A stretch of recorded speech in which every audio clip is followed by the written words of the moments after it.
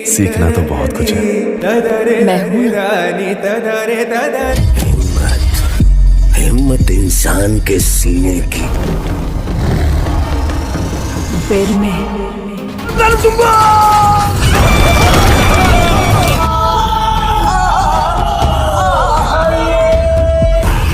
ईश्वरीय आए थे क्या? केवल आए नहीं, सामंत राजा बनके राज करते थे।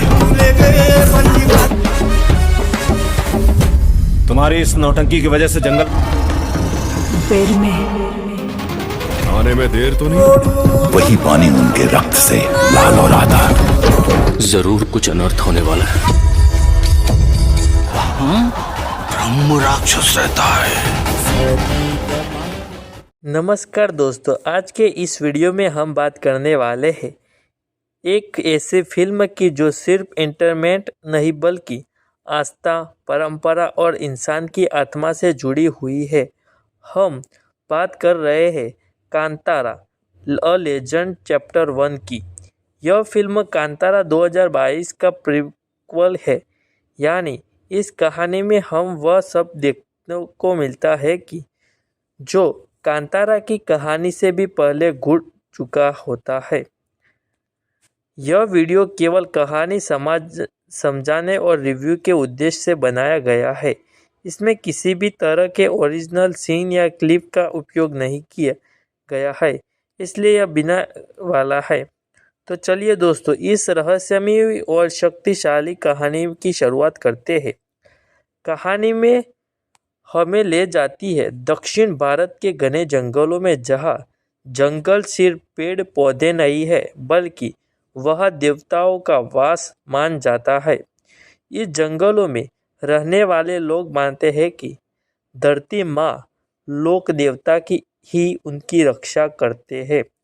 यहीं से शुरू होती है देवकोला और भूत कोला जैसी प्राचीन परंपराएं, जहाँ इंसान एक माध्यम बनकर देवता की शक्ति को लोगों तक पहुंचाता है। यह फिल्म हमें यह दिखाती है कि जब इंसान प्रकृति से टकराता है तो उसका अंजाम कभी अच्छा नहीं होता। कहानी की शुरुआत सैकड़ों साल पहले से होती है। एक शक्तिशाली राजा जो अपने साम्राज्य का विस्तार करना चाहता है, उसकी नज़र पड़ती है एक पवित्र जंगल पर। उसे बताया जाता है कि यह जंगल लोक देवता पाजुर्ली के अनित है और यहाँ किसी भी प्रकार का लालच या कब्जा विनाश ला सकता है। लेकिन राजा इन बातों को नहीं मानता। रात के समय जब राजा उस जंगल में प्रवेश करता है, तभी उसे देवीय शक्ति का अनुभव होता है।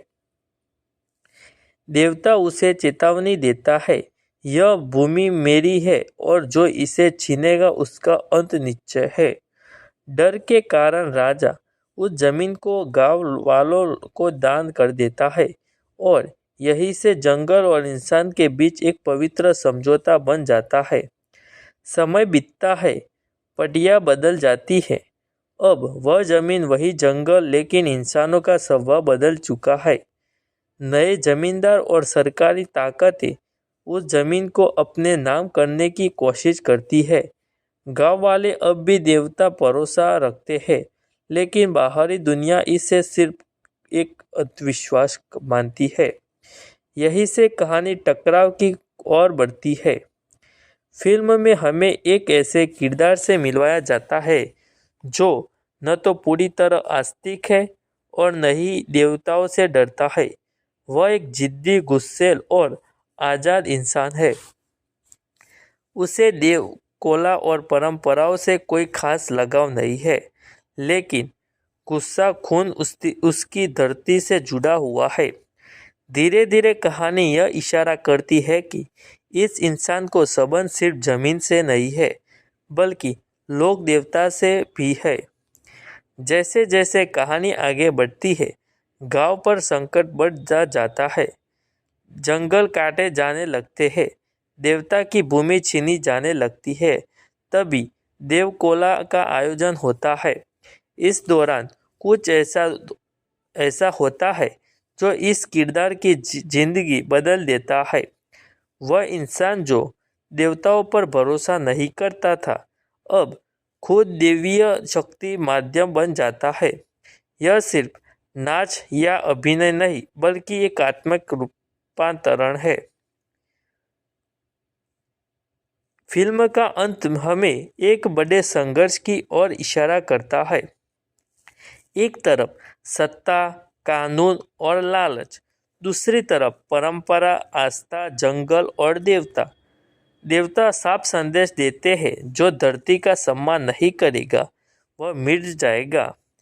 यहीं पर चैप्टर 1 खत्म होता है और चैप्टर 2 के लिए एक जबरदस्त नींव तैयार होती है। अब फिल्म का रिव्यू पॉजिटिव है।